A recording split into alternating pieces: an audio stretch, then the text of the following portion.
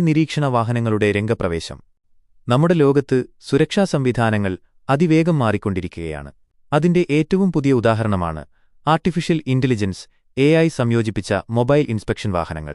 ഒരു പ്രത്യേക സർക്കാർ അതോറിറ്റി അവതരിപ്പിച്ച ഈ സാങ്കേതികവിദ്യ നിയമലംഘകരെ കണ്ടെത്താനുള്ള നടപടികളെ പൂർണ്ണമായും ഡിജിറ്റലൈസ് ചെയ്യുന്നു. 2. എന്താണ് ഈ സ്മാർട്ട് വാഹനം? The technology explained. ഇത് വെറുമൊരു പട്രോളിംഗ് കാറല്ല. രാജ്യത്തെ നിയമപരമായ രേഖകളുടെ നിലവിലെ ഡാറ്റാബേസുകളുമായി തത്സമയം ബന്ധിപ്പിച്ച് പ്രവർത്തിക്കാൻ ശേഷിയുള്ള അത്യാധുനിക മൊബൈൽ ഡാറ്റാ കളക്ഷൻ യൂണിറ്റാണിത്. Electric platform. പരിസ്ഥിതി സൗഹൃദപരമായ പൂർണ്ണമായും ഇലക്ട്രിക് വാഹനമായാണ് ഇത് നിർമ്മിച്ചിരിക്കുന്നത്. ഓഫീസർ സൗഹൃദം. ഉദ്യോഗസ്ഥർക്ക് വാഹനത്തിൽ നിന്ന് പുറത്തിറങ്ങാതെ തന്നെ ചുറ്റുപാടുകൾ നിരീക്ഷിച്ച് നിയമലംഘനം കണ്ടെത്താൻ ഇത് സഹായിക്കുന്നു. 3. പ്രധാന പ്രത്യേകതകൾ. Key features. ഈ സാങ്കേതികവിദ്യയുടെ വിജയം അതിന്റെ സെൻസറുകളും ശേഷികളുമാണ്. ബഹുമുഖ ക്യാമറ സംവിധാനം. വാഹനത്തിന്റെ 360 ഡിഗ്രി കോണുകളും കവർ ചെയ്യുന്നതിനായി 6 അതിലധികമോ ഹൈ റെസല്യൂഷൻ ക്യാമറകൾ സ്ഥാപിച്ചിരിക്കുന്നു. Facial recognition. സമീപത്തുള്ള ആളുകളുടെ മുഖചിത്രങ്ങളെടുക്കാനും അത് തത്സമയം ഡാറ്റാബേസുമായി താരതമ്യം ചെയ്യാനും ഇതിന് കഴിയും. Licence plate recognition. ALPR വാഹനങ്ങളുടെ നമ്പർ പ്ലേറ്റുകൾ കൃത്യതയോടെ തിരിച്ചറിയാനും ഉടമകളുടെ വിവരങ്ങളോ നിയമപരമായ നിലയോ പരിശോധിക്കാനും ഇതിന് കഴിയും. 4. പ്രവർത്തന രീതി. Mechanism of operation. ഈ സ്മാർട്ട് വാഹനം പ്രവർത്തിക്കുന്നത് 4 ഘട്ടങ്ങളിലൂടെയാണ്. 1. ഡാറ്റാ ശേഖരണം. Data collection.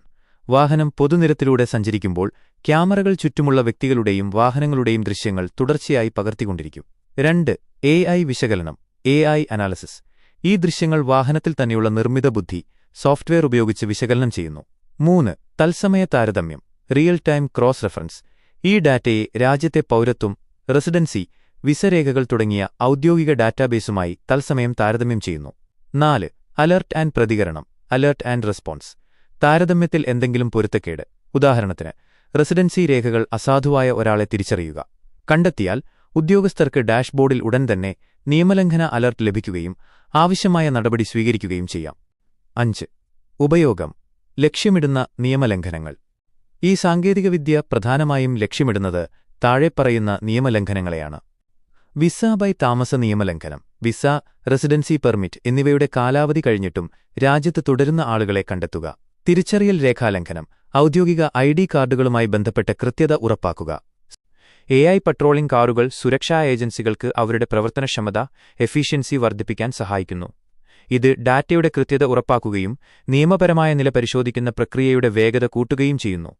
ഇത്തരം സാങ്കേതികവിദ്യകൾ നിയമപരമായ ചട്ടക്കൂടിനുള്ളിൽ നിന്നുകൊണ്ട് രാജ്യത്തിന്റെ സുരക്ഷാ നിലവാരം ഉയർത്താൻ ലക്ഷ്യമിട്ടുള്ളതാണ്. നിങ്ങളുടെ വിജയം. അതുകൊണ്ട് വീഡിയോ ഇഷ്ടമായെങ്കിൽ ഷെയർ ചെയ്യുക.